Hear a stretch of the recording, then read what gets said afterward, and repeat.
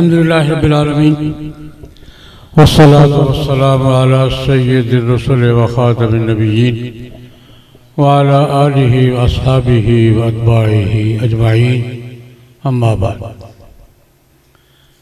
میں نے تو اپنے بھائی مولانا احسان اللہ فاروقی رحمہ اللہ کا گلشن دیکھنے آتا ہوں، کبھی کبھی موقع مل جاتا ہے، اور اپنے بھتیجوں کو کام کرتا دیکھتے آتا ہوں، خوشی ہوتی ہے گلشن کو دیکھ کر بھی، ساتھیوں کا تعلق دیکھ کر بھی، اپنے بھتیجوں کی محنت دیکھ کر بھی دل خوش ہو جاتا ہے اور تھوڑی سی چارجنگ مل جاتی ہے۔ میں تو اس لیے سے آتا ہوں۔ اور پھر سب سے بڑی بات کہ یہ سیدنا حضرت عثمان بن عفان رضی اللہ تعالیٰ عنہ کی یاد میں محفل، اور شعراء کرام نے اپنا کلام سنایا اور مجھے حاضری کے لیے یہاں بٹھا دیا۔ صرف حاضری کے لیے ایک دو باتیں حسب معمول عرض کر کے اجازت چاہوں۔ ہمارے محترم سلمان گیلانی صاحب کو کافی عرصے کے بعد سنا ہے، میرا خود جی چاہ رہا تھا کہ شاہ صاحب کو کافی عرصے سے سنا نہیں، آج سنا ہے۔ اللہ پاک جزائے خیر سے نوازے، عمر دراز عطا فرمائے اور صحت و عافیت کے ساتھ اپنے والد مرحوم کا یہ مشن چلاتے رہنے کی توفیق عطا فرمائے۔ میں جب آیا تو ہمارے بھائی نادر صدیقی صاحب پڑھ رہے تھے، بڑا محسوس ہوا میں، اگرچہ وہ میں سریکی وریکی نہیں جانتا لیکن حظ بہت اٹھایا اور گیلانی صاحب کو سنا۔ نادر صاحب نے اپنے آخری جو کلام میں ان کا شعر تھا نا، وہ کیا تھا کہ حضرت حسین رضی اللہ عنہ کے فرزند زین العابدین والی تھے۔ تو مجھے واقعہ یاد آیا جو کئی دفعہ سنایا بھی ہوگا، پڑھا بھی ہے، لیکن اس وقت وہ ذہن میں آ گیا کہ حضرت امام زین العابدین ہمارے بھی نہیں، ہمارے ہی امام ہیں ہمارے بھی امام ہیں نہیں، ہمارے ہی امام ہیں۔ وہ آل نبی کے سردار تھے، اپنے دور میں سرخیل تھے۔ حضرت عثمان رضی اللہ عنہ کے بارے میں ان کے جذبات کیا تھے، اس پر ایک واقعہ تھا۔ یہ واقعہ حضرت شاہ عبدالعزیز رحمۃ اللہ علیہ نے تحفہ اثنا عشریہ میں طبرانی کے حوالے سے نقل کیا ہے۔ امام زین العابدین رحمہ اللہ تعالی امام اہل بیت، امام اہل سنت، تشریف فرما تھے مجلس میں لوگ استفادے کے لیے بیٹھے ہوئے۔ ایک صاحب آئے، سلام عرض کیا اور کچھ باتیں پوچھی سیدنا حضرت عثمان رضی اللہ عنہ کے بارے میں، کچھ سوال کیا ایک آدھ۔ حضرت امام زین العابدین متوجہ ہوئے، اس شخص کا سوال کا انداز پسند نہیں ہے،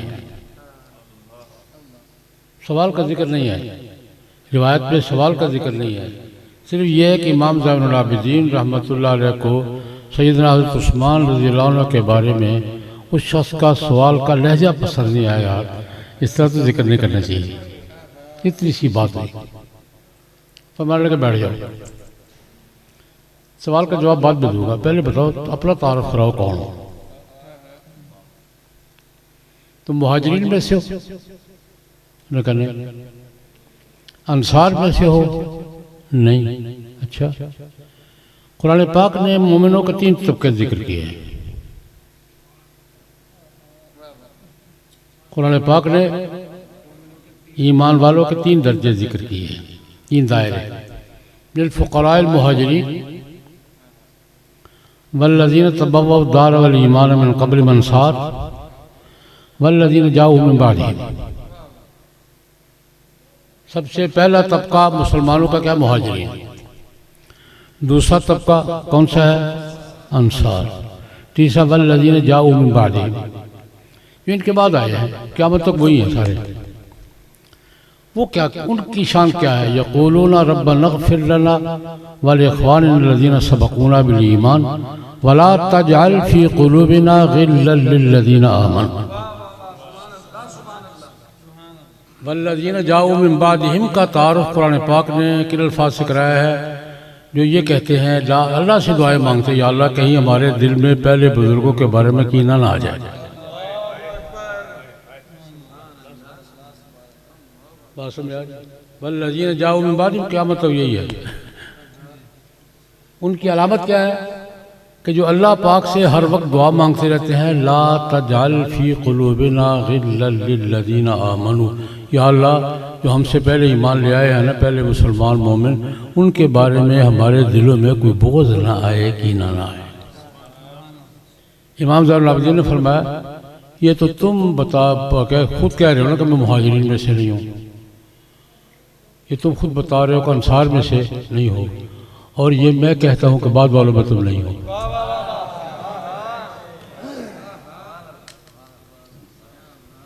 یہ تم خود اقرار کر رہے ہو کہ للفقراء المہاجرین میں تم، اور یہ تم خود اقرار کر رہے ہو کہ والذین تبوؤا الدار والایمان من قبلہم میں تم نہیں ہو، اور یہ میں کہتا ہوں کہ والذین جاؤ من بعدہم میں تم نہیں ہو. تم نے جس لہجے میں حضرت عثمان کا ذکر کیا ہے، والذین جاؤ من بعدہم میں تم نہیں ہو. پہلے اپنا تعارف کراؤ تم کون ہو، پھر تمہارے سوال کا جواب دو. یہ حضرت عثمان رضی اللہ تعالیٰ عنہ کے بارے میں اہل بیت کا نظریہ ہے. حضرت عثمان رضی اللہ عنہ کے بارے میں کس کا عقیدہ ہے؟ اہل بیت کا. امام اہل بیت حضرت امام زین العابدین رحمہ اللہ تعالیٰ کا، اور یہی اہل سنت کا بھی ہے. تو حضرت عثمان رضی اللہ عنہ کے بارے میں نہیں، کسی بھی صحابی کے بارے میں دل میں کینے کا آنا مسلمانوں کے تیسرے دائرے سے نکلنا ہے. تو یہ بھائی ناظر صاحب کی وہ شعر سنتے ہوئے نا میرے دل میں واقعہ آ گیا. میں نے کہا آج یہ بیان کروں گا حاضری کے لیے، شرکت کے لیے. ایمان کی علامت کیا ہے؟ مہاجرین انصار کے ساتھ محبت، والذین جاؤ من بعد، سب کی قیامت تک یہی علامت ہے کہ صحابہ کے کرام کے ساتھ محبت ایمان کی علامت ہے، انصار کے ساتھ مہاجرین کے ساتھ محبت ایمان کی علامت ہے. اور محبت کا تقاضا کیا ہوتا ہے؟